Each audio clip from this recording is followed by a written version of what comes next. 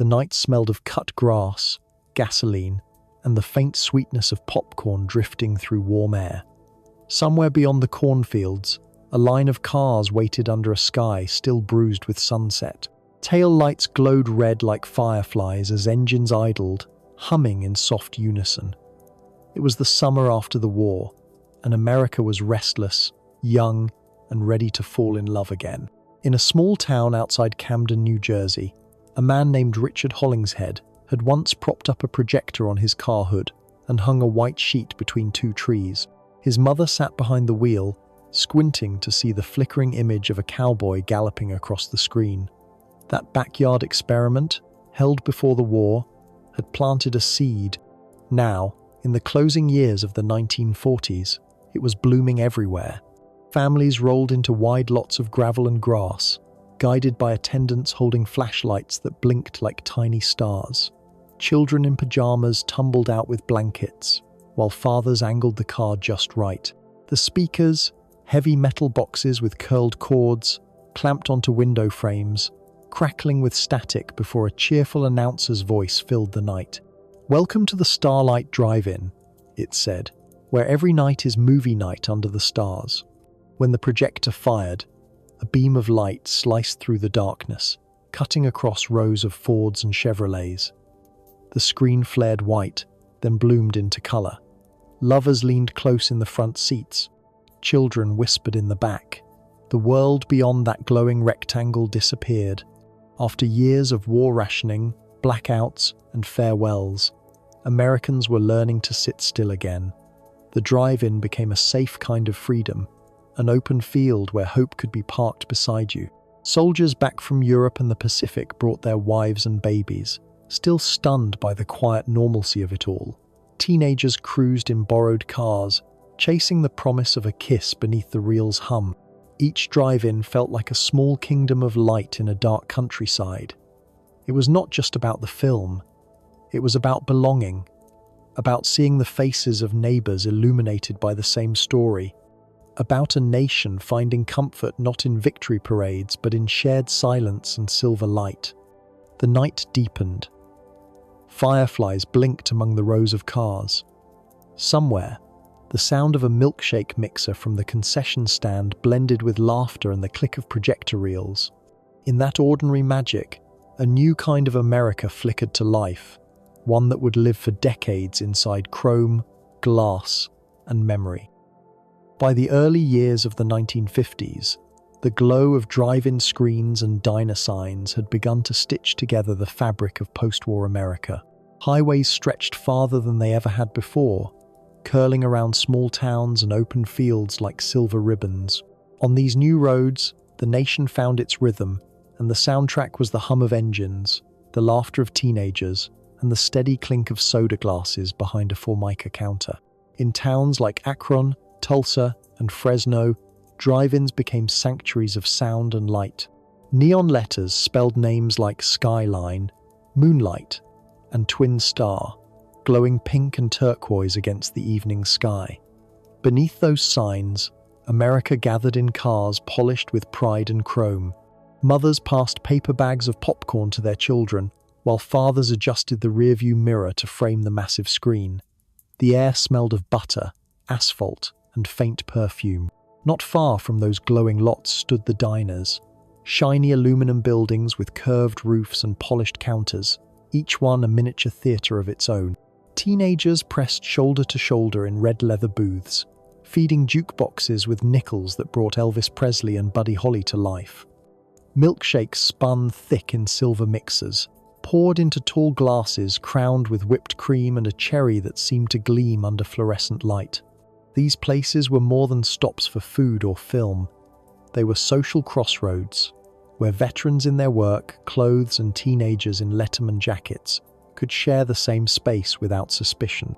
After years of ration stamps and grief, these small rituals of indulgence, double cheeseburgers, root beer floats, banana splits, became acts of quiet celebration. Drive-ins turned movies into community events. Church groups hosted fundraisers under the stars. Car clubs held parades before the first reel. Young lovers carved initials into wooden speaker posts. as if marking sacred ground. The nation was not only watching the screen, it was watching itself being reborn, confident, loud, restless, and shining with possibility. In a single evening, a drive-in could hold an entire town. The laughter of children mixed with the low rumble of engines, the smell of fried onions drifted in waves from the snack bar, and the flicker of light danced across windshields like fire.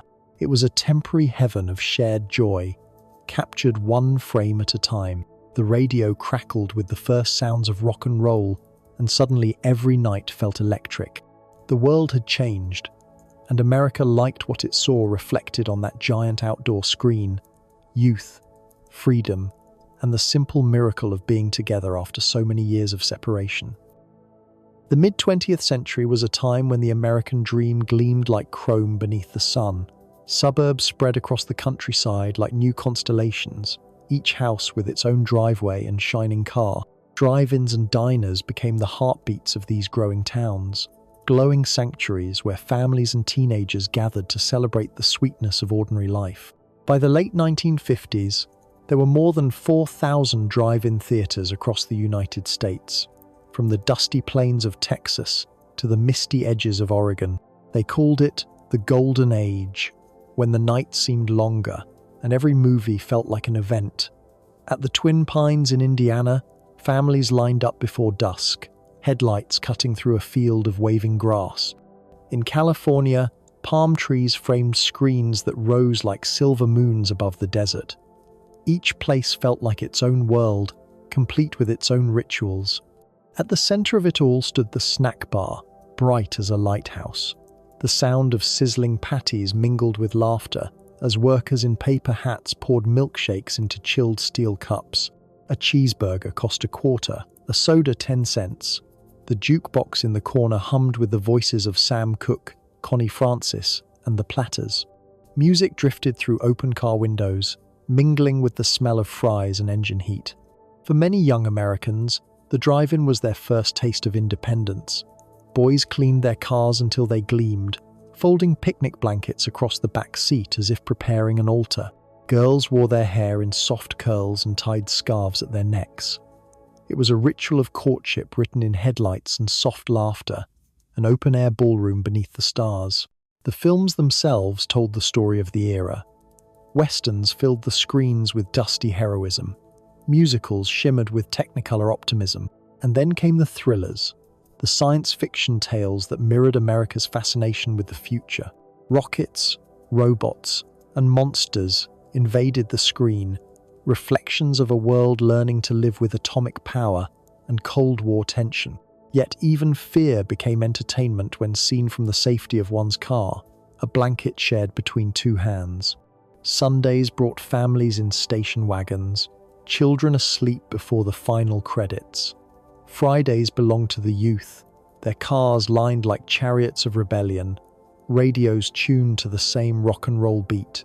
Every drive-in, every diner, became a mirror of America's restless joy. It was an age of light and laughter, of malted milk and midnight music. The screens stood tall against the horizon, glowing symbols of everything the country wanted to believe about itself: young, invincible, and forever in motion. By the height of the 1950s, America spoke a new language, one written not in ink or type, but in color and light. Neon signs bloomed across the landscape, curling into script that glowed against the dusk. Every diner, motel, and drive-in shimmered with this strange electricity, humming softly like the pulse of the nation itself. The glow began in cities, along the wide boulevards of Chicago and Los Angeles, where neon had first arrived decades earlier as a novelty imported from France. But after the war, it became more than decoration. It was optimism made visible. The red, blue, and green tubes bent into shapes that promised burgers, sundaes, and motion pictures.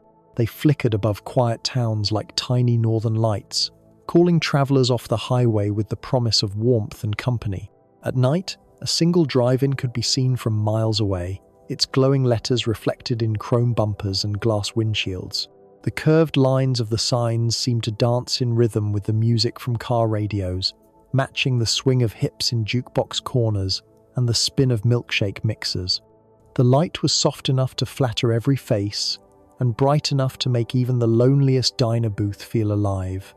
Inside those diners, the light never really went out. Waitresses in pressed uniforms slid plates across smooth counters, their smiles mirrored in steel napkin holders. Teenagers crowded near the jukebox, coins ready, the smell of coffee and syrup thick in the air. The booths gleamed under pink light that softened everything it touched, turning ordinary people into movie characters for a moment. Neon was more than advertisement. It was identity. Towns competed for the brightest signs, the most memorable shapes. Some stretched across entire rooftops in cursive letters that looked handwritten by joy itself. Others wrapped around glass blocks and curved windows, their reflections doubling the radiance. Photographers captured them on Kodachrome film, knowing that one day they might fade, just like the people who gathered beneath them. As the 50s rolled on, that glow became the heartbeat of a generation. Couples took pictures under the buzzing signs.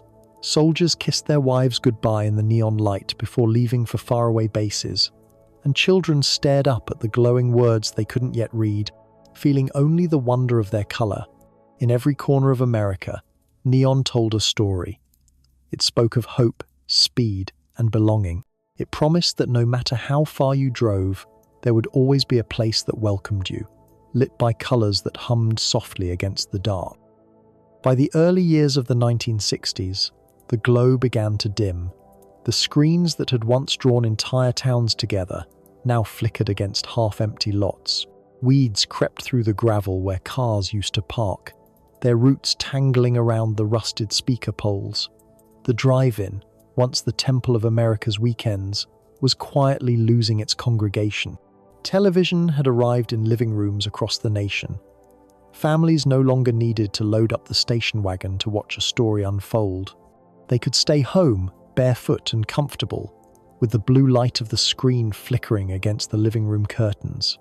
The laughter that once filled the open air was now muffled behind suburban walls. The country itself was changing. The highways that had once brought people to the drive-in were now carrying them farther away. Shopping centers and fast food chains began to rise near the interstates, promising quicker meals and brighter lights. The neon signs that had once felt personal now competed with towering billboards and plastic mascots. Progress, people called it, though it moved with a speed that left something human behind. In towns from Ohio to Arizona, the great outdoor theaters began to fade. The projection booths grew cold. The concession stands closed early. The once gleaming screens turned dull under years of rain and wind. A few owners tried to adapt, showing double features, horror marathons, or even Sunday sermons. But the world was learning new habits, and nostalgia alone could not fill the empty spaces. Diners felt the shift too. Teenagers who once lingered for hours now rushed through drive-through lanes. The jukebox stood silent in many places, its colored lights dim behind glass. The stools at the counter were empty more often than not. Even the milkshake mixers, once the heartbeat of every late-night shift, began to collect dust. There were still moments of light. Summer nights when the old crowd returned for one last show. Children sitting where their parents once did, gazing at the same screen, though the cars were older now and the laughter quieter. But the innocence that defined those golden years had begun to slip away, replaced by something faster, louder, and more uncertain. By the close of the 1960s, America's attention had shifted to other screens, other dreams. The drive-ins that survived became islands of memory, glowing faintly against the tide of modernity. The shadows they cast were long ones, stretching across fields, highways, and time itself. The 70s arrived like a slow fade-out from the bright reel of the past. The nation was older now, wearier from war and disillusionment. Gas prices climbed, cars grew smaller, and the open roads that once symbolized freedom began to feel uncertain. Yet somewhere beyond the suburbs, a few screens still flickered against the night. Their glow reached across empty lots, where crickets sang louder than applause. The drive-ins that remained became ghosts of themselves, relics from an age when the world seemed simpler.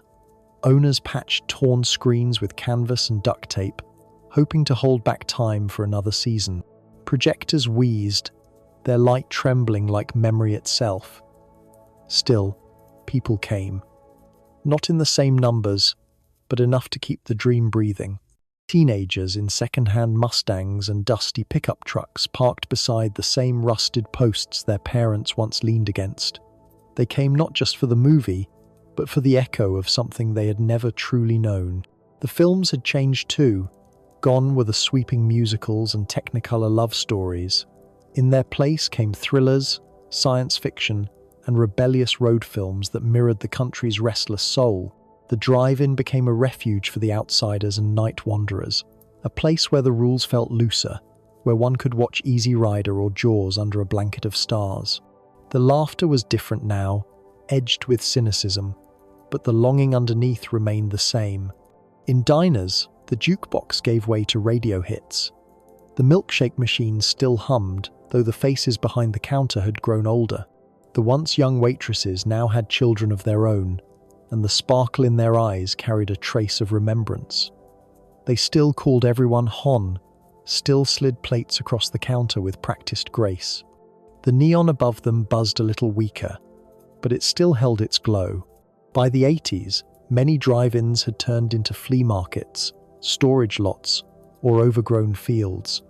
Some were left untouched, their screens towering like monuments to a forgotten ritual. Photographers began to wander through them, capturing the cracked paint, the weeds, the silent rows where cars once whispered. Each photo felt like an elegy for a nation that had traded its gathering places for private screens and faster lives. And yet, there was beauty in what endured. A handful of towns refused to let their drive-ins die. On summer nights, families still gathered with picnic baskets and transistor radios, headlights off, hearts open. When the projector light finally cut through the dark, for a moment, it was the 1950s again, and the world was simple, kind, and full of promise. The echo of engines still hummed in the distance, fading but never gone. America had changed, but its heart still remembered the sound of laughter carried by open air and silver light. By the time the late 1980s rolled into view, the drive-in had become less an outing and more a memory whispered between generations. Across the Midwest and along the coasts, screens that once glowed with silver light now stood blank and sun-bleached, their metal frames creaking in the wind. The great outdoor theaters that had once gathered towns together were fading into the soil they had once illuminated. In places like Kansas City, Baton Rouge, and upstate New York, bulldozers began clearing the lots where families once parked. Shopping complexes, storage centers, and office buildings rose in their place, shining with the same sterile light that once belonged to neon.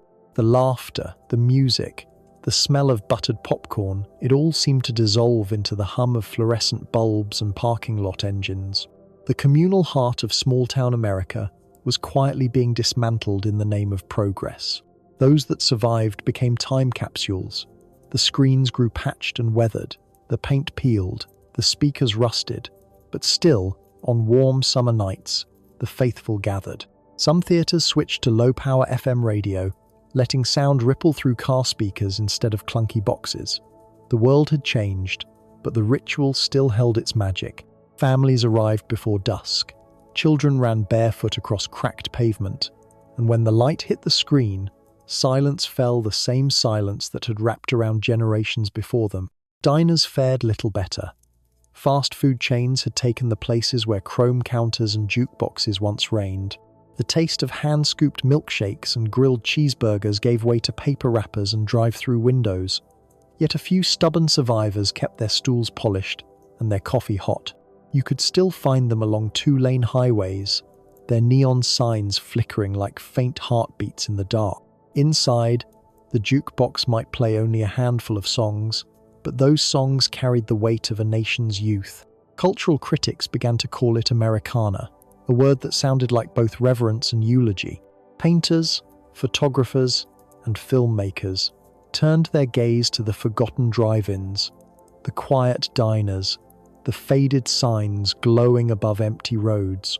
They saw in them not just nostalgia, but something sacred, a collective yearning for a time when the world felt smaller, and togetherness was measured in shared silence, not in signals and screens. By the final years of the 20th century, fewer than 400 drive-ins remained. They stood like monuments across the plains and deserts, half-abandoned cathedrals of light and laughter. The stars still shone above them, but fewer people looked up. The hum of the projector was softer now, a distant echo of a country that had once fallen in love with itself through the silver shimmer of a screen. The new millennium arrived with digital screens, faster lives, and memories flickering at the edge of consciousness. Yet somewhere beneath the rush of progress, America began to long for its own reflection again. The old neon glow, the sound of laughter under open skies, the simple ritual of gathering, it all began to call softly from the past. And this time, people listened. In small towns across Pennsylvania, Oklahoma, and California, a quiet revival began. Families brought back the abandoned lots, clearing weeds where speakers once stood. They patched the torn screens, rebuilt the snack bars, and restored the faded marquees that still bore the names of the golden years. When the first films rolled again, the crowds returned, headlights sweeping across gravel like ghosts finding their way home. During the early years of the 21st century, nostalgia became its own kind of rebellion. Amid the flood of digital convenience, people wanted something real, something that hummed and flickered instead of streamed. Drive-ins began to fill once more, not with just cars, but with stories. Grandparents pointed to the screen and whispered about the nights they fell in love. Parents spread blankets in the backs of pickup trucks, while children watched cartoons under the same constellations their ancestors had known. The sound no longer came from tinny metal speakers but through car radios, clear as day, carried on invisible waves of modern technology that somehow felt ancient. Then came the global pandemic of the 2020s, when theaters closed and cities fell silent. For the first time in decades, drive-ins became essential again. They were safe, distant, and familiar. Communities gathered not in lobbies but in fields, headlights dimmed, watching movies, concerts, even church services projected against the night sky. Once again, those glowing screens became the nation's shared heartbeat, flickering with hope in a time of fear. Diners, too, found a second life. Vintage aesthetics returned, not as irony but as comfort. Retro booths, chrome trim, and jukeboxes reappeared in city corners and roadside stops. The sound of milkshake mixers whirring became a promise that the past was not lost, only sleeping. New generations discovered what their grandparents once knew, that there is a kind of peace in a simple meal, a familiar song, and a smile from someone behind a counter who calls you by name. The revival was not about returning to the past. It was about remembering how it felt. The glow of neon in a warm summer night, the hum of engines idling in harmony, the feeling of belonging to something larger and kinder. The drive-in had never truly vanished. It had been waiting for America to slow down long enough to look back. Even as digital screens filled every hand and pocket, the imagery of the drive-in and diner never faded from America's imagination. They became shorthand for innocence, rebellion, and the rhythm of a country caught forever between movement and memory. Artists, filmmakers, and musicians reached back for their glow, weaving neon and chrome into the language of nostalgia.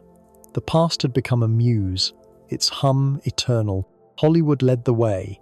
Films like American Graffiti and Grease turned the drive-in into myth, a place where first loves unfolded in the flicker of headlights and engines idled like beating hearts. Rock and roll ballads carried its memory too, songs of summer nights, long highways, and the sweet ache of leaving home.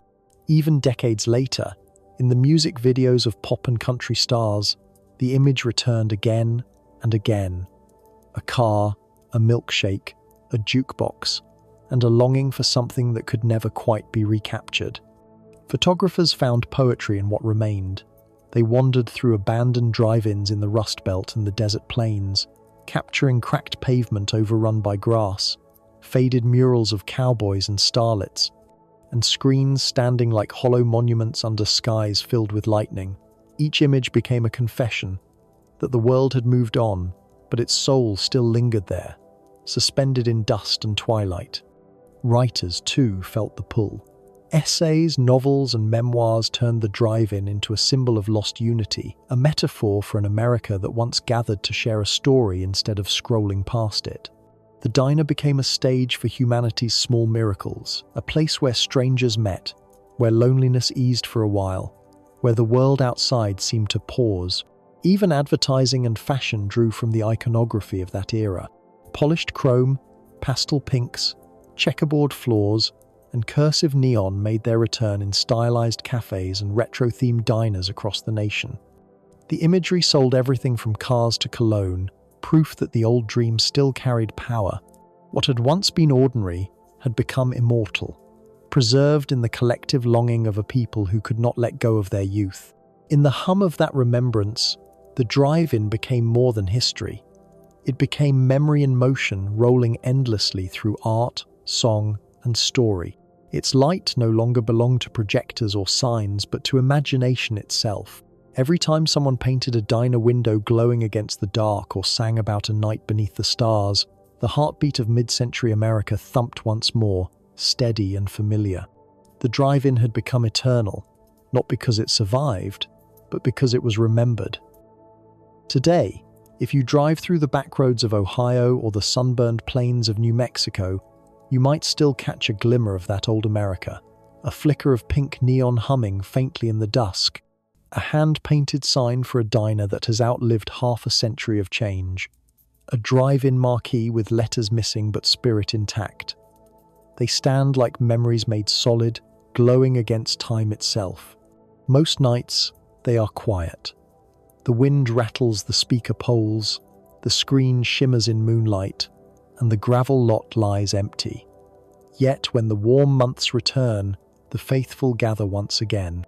Families in minivans, teenagers with thrift store radios, old couples who remember when a ticket cost a quarter. They come not just to watch a movie, but to feel the air of their parents' generation, to taste buttered popcorn, to hear the crackle of sound carried on the night breeze, to live for a moment in a world where the stars were bright and the future seemed endless.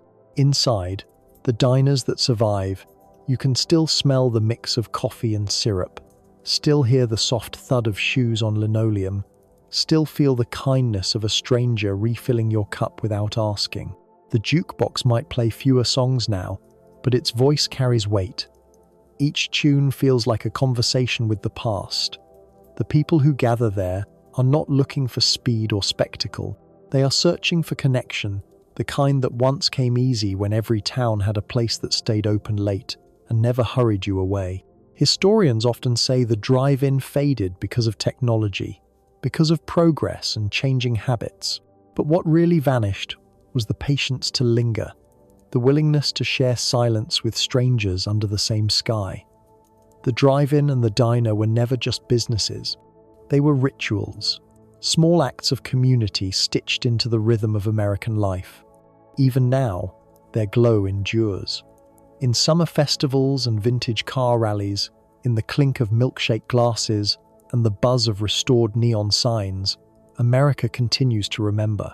It is there in the hum of an old song playing through an open window, in the flicker of light on windshields at dusk. The screens may be smaller now, the roads longer, but the feeling remains. The last glow of that golden age still burns quietly, patient as memory, waiting for the next generation to look up and see what their grandparents once saw the promise of belonging, shining softly against the dark. Somewhere between the whisper of an old jukebox and the hum of a projector bulb, America still remembers. The drive-ins and diners may have faded from the map, but not from the memory of what they once meant. They were the nation's open-air living rooms, glowing havens where strangers became neighbors and love stories unfolded under borrowed light. Long before cities drowned in digital noise, the rhythm of life was measured in milkshakes shared between two hands, in headlights parked side by side, in the low murmur of voices beneath the stars. The films changed, the fashions changed, but the feeling remained. That warm hush before the first frame, the laughter that rose when the reel jumped, the clatter of dishes and the hiss of a coffee pot in a diner at midnight. These were the sounds of belonging, soft and enduring. Time, as it always does, moved forward. The neon dimmed, the screens cracked. Yet even as the physical world moved on, the glow lived elsewhere in memory, in film, in the small gestures that echo the past. A couple sitting in a parked car sharing fries under the dashboard light. A retro diner on a city corner built to look like it has always been there. A parent showing their child an old photograph of a screen towering against a violet sky. Every age believes it is moving too fast, but history has a way of circling back to what it loves. The drive-in and the diner are not gone, they are simply waiting. Waiting in the silence between radio stations, in the amber light of evening, in the hearts of those who still believe that togetherness can be simple. When America fell in love with drive-ins, it was not just falling for a new way to watch films or eat sundaes. It was falling for itself for the hope that beauty could be found in ordinary nights, and that even the smallest flicker of light could bring people together. The projectors may rest, and the milkshakes may melt, but the promise endures. Somewhere, a neon sign hums against the dark, and the past quietly keeps its glow.